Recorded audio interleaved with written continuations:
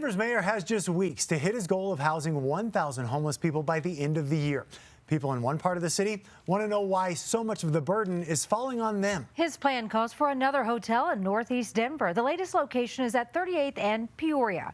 This would make 4 hotels near Montbello and Central Park, but so far, no locations have been approved in any other part of the city. Karen Morfitt talked with the mayor at a community meeting tonight. And Karen, people are also questioning whether this plan will even work. Yeah, and we had that same question as well, especially after talking with those who were among the first moved into this type of shelter back in September.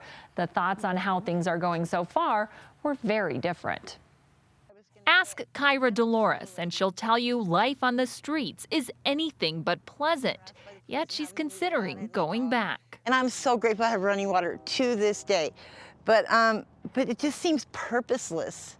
You know, I don't know if that makes sense. It's just like what's really going on here? Because I don't feel like I'm doing anything but vegetating. A stark change from where she was just a few months ago. A lot of lives are going to change.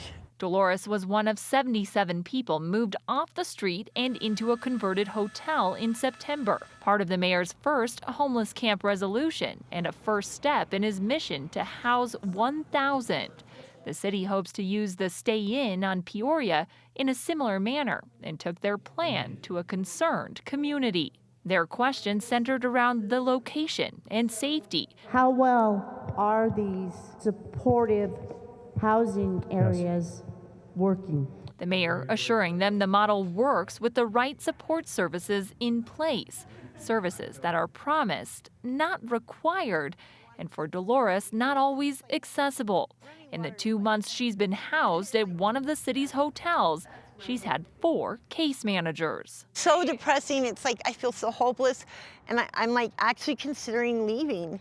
I feel like I can navigate. I feel like I can navigate better, closer to where I was in the resources I knew, even though it was unpleasant many times. We used the meeting as an opportunity to ask the mayor about those struggling to get that support. It's also why we have data and accountability from these sites to say, all right, if we need to improve more on mental health at Site 1 or workforce on Site B, we're prepared to do that. We also asked what the city is doing to ensure this temporary housing isn't the last stop for those looking for more. We are not in any way taking our eye off the ball of permanent affordable housing. We're doing that at the same time, and we already have the first 500 units secured for folks to get out of this transitional housing. Without a case manager, Dolores says she couldn't get a voucher.